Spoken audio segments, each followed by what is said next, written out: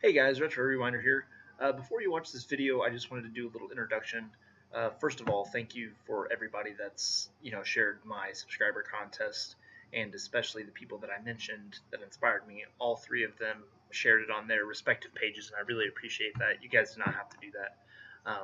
I just wanted to tell you thank you and that you were inspirations. It wasn't to get you to come watch my channel or anything like that, but I do appreciate it. Secondly, to all the new people that are here that just subscribed due to the contest, thank you for watching. I hope you enjoy the content and continue to enjoy it. I have been practicing with some green screening because I'm trying to do some top 10s and some collection videos that I'd really like to put some more editing into. So I've really been practicing with that, but I'm having a hard time with my lighting setup. I have a lamp, and that's all I have in my game room, and I'm dealing with some hot spots on the green screen, and I'm trying to get that fixed. So I've been filming with the green screen backdrop, but really struggling with the effects. So this video was no different. It worked fine at first, but as soon as I started holding up games, I started getting some weird shadows and hot spots. So those are going to those by those I mean I have a couple videos that are filmed with just a green screen backdrop with no effects. So hopefully that's not an eyesore. I know it's a little better looking at like a game room, but hopefully you still enjoy it. I did get a lot of cool stuff in this video, and like I said, there are a couple videos like that. So enjoy. Thank you for coming again, and I'll talk to you later. Hey everyone, Retro Rewinder here, coming at you with another pickup video. This one's pretty cool. I've got a lot of really good stuff in this video. There is a lot of quantity, but a lot of that is really good quality too. So without further ado, let's jump into this.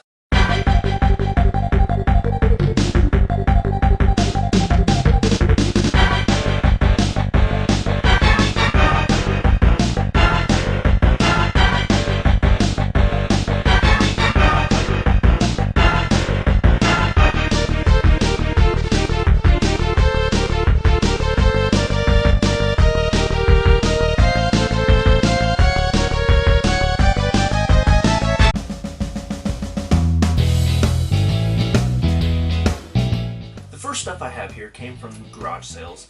I was only able to find two different sales with some stuff that I wanted this weekend, and the first was a copy of Hellboy, the Hellboy 2, The Golden Army on Blu-ray, and that was $1. I have seen the first one and I'd like to see the second one, and I'll probably just end up selling that off or trading it because I don't really collect Blu-ray. At a garage sale they had The Simpsons Hit and Run for $1, so I picked that one up. And I asked this one lady if she had any video games, and she said that her son had some old ones, so she went in there and found a few 360 games. She said she wanted $5 a piece, but I picked up two of them and asked if she'd take $5 for the pair, and she said that was fine. And that was Saints Row 2 and Lego Indiana Jones. I found quite a bit of stuff at various pawn shops. The first pawn shop here, I was able to find a couple DS games. Mario Kart DS and Animal Crossing Wild World. Those were $3 a piece, and at that same pawn shop they did have some Super Nintendo and regular Nintendo games, and they were only selling those for $1 a piece. So I picked up Rival Turf, Tecmo Super Bowl 3, Dragon, the Bruce Lee story,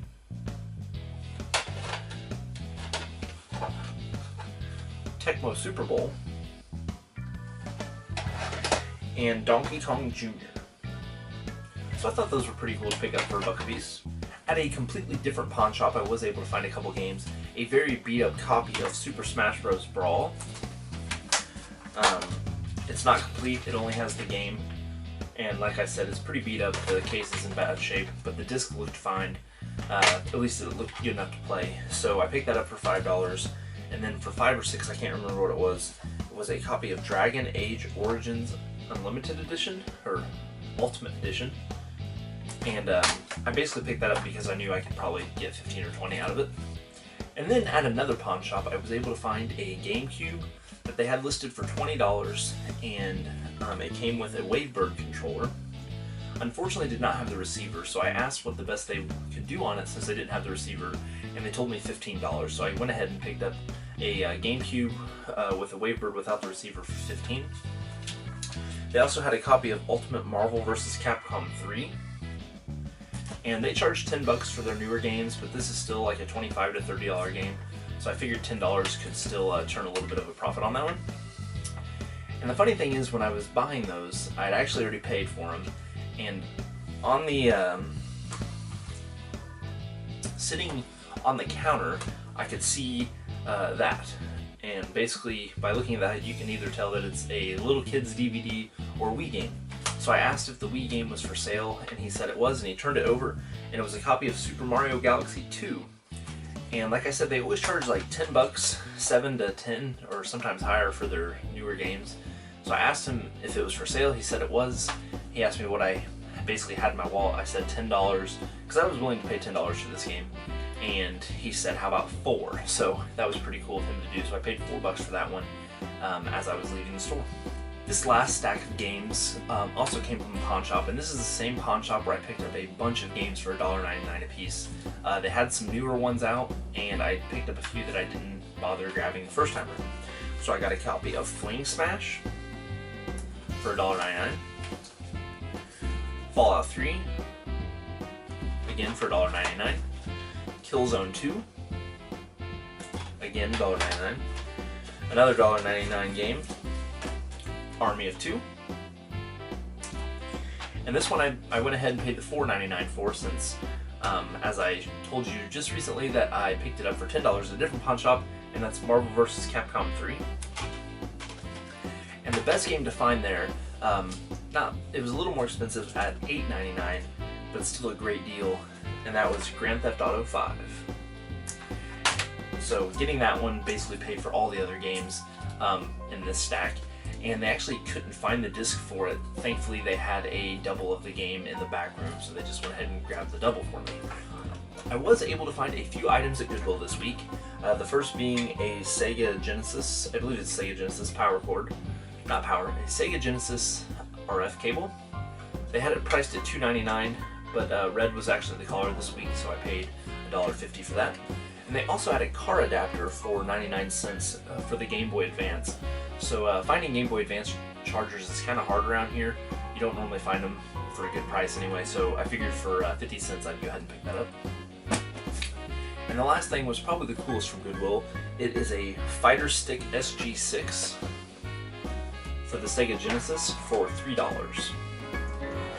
I don't know much about Fighter Sticks. This one feels pretty good though. I really don't know condition or quality wise what makes a good Fighter Stick. The ball on the joystick is removable. I don't know if that's a good thing or not, but I figured it would be.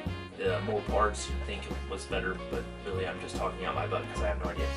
I was able to find some retail stuff at Disc Replay, and they do a buy 5 get 1 item free. And I cannot find what I did with the 6th game. It's around here somewhere, but I was able to find a few things. The first being Thunder Force 2 complete for the Sega Genesis, a shmup for $7. Can't really go wrong with that. A game that I picked up just because I didn't have it and this was the free game, and that's Buck Bumble. For $5.99, I got a copy of Renegade. I also picked up for $11.99, finishing, I think there's only 3 of these made, so this will finish my trilogy, and that's Grandia 3.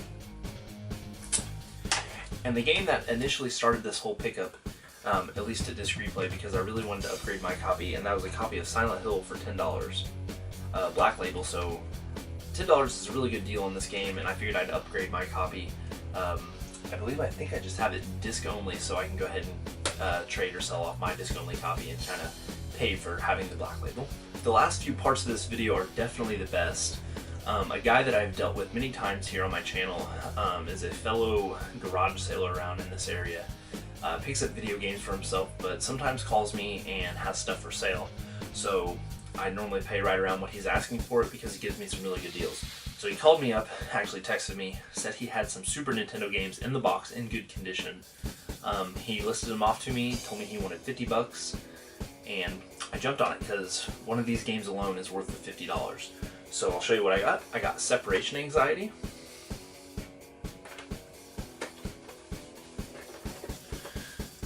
which I have I'm pretty sure I have all these games except the one I was really wanting, loose. So getting them all, just upgrading the boxes, I can trade or sell off my loose copies.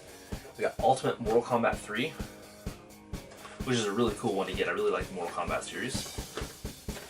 Killer Instinct, and this does come with the soundtrack, which was pretty cool to see in there. One that I was really happy to get, Earthworm Jim, and he was right, these are in really good condition. And the game that I was definitely the most excited to see, because I don't have it loose, and getting a complete in-box copy is really awesome, and that's Street Fighter Alpha 2. So thank you very much, Jim, if you watch this. I have no idea if you do, but thank you very much for the good deals. The last little stack that I have here is definitely worthy of the find of the week, and I paid for them. This is not a dollar garage sale deal, but it's something I never see out in the wild, hardly ever. I shouldn't say never, because every now and then, meaning every now and then, I've seen them twice in the multiple years that I've been collecting. But that's Grafx games. The exchange, there's two exchanges in Indianapolis. One of them recently got a Grafx but no games, and then out of the blue, the other one got a Grafx complete in box. Actually had two of them. A box Turbo Express, I think is what it's called, and I think they have a Turbo Tap there as well, and games. So I was able to pick out some of the games that I figured I wouldn't be able to find on eBay any cheaper, because I don't like buying a game knowing that I could get it online cheaper. So I picked up Tricky Kick, and I did play this for a while. I didn't play it very long, but it's a really weird game where you kick animals to eliminate them. So you would kick a squirrel into a squirrel, and then animals, you match them up, and it's kind of a puzzle-based game. Really weird, but it was actually pretty fun. A game that I was not impressed with was Victory Run, and I paid $12 for that one. I paid $10 for the other one. Yeah, I only played this for like 2 minutes, and I wasn't very impressed with it. And a game that I was really happy to get, I put a little bit of time into it already. It's really fun, and that's a shmup on the system, and that's Air Zonk. Like I said, these two are complete as far as the cue cards and the manuals and the case. This one came in kind of a generic case, but it does have the manual and the cue card, the hue card, but unfortunately it does not have the original case. And I did pay for this one. It was $65, so that's a little higher than I normally would pay, but is actually pretty reasonable compared to some of the prices online. And getting it, you know, while it's in front of you, it's a lot easier to buy it. And I did sell some stuff to make up the cost for it, so really I didn't pay hardly anything for it, just selling off doubles and extras that I pick up at the garage sales and flea markets and pawn shops. So really the game was free, but yeah, $65 is a little higher to pay on something. But when it's a Grafx game that's pretty hard to find, I went ahead and did it. So hopefully you guys, you know, liked the few Grafx games and the rest of the stuff. It was a lot of quality in this video, so hopefully you enjoyed it. If you did, make sure you thumbs up the video, like it, comment, subscribe, all the stuff that all of us wonderful YouTube people here love doing. So this has been Retro Rewinder, and I'll see you next time.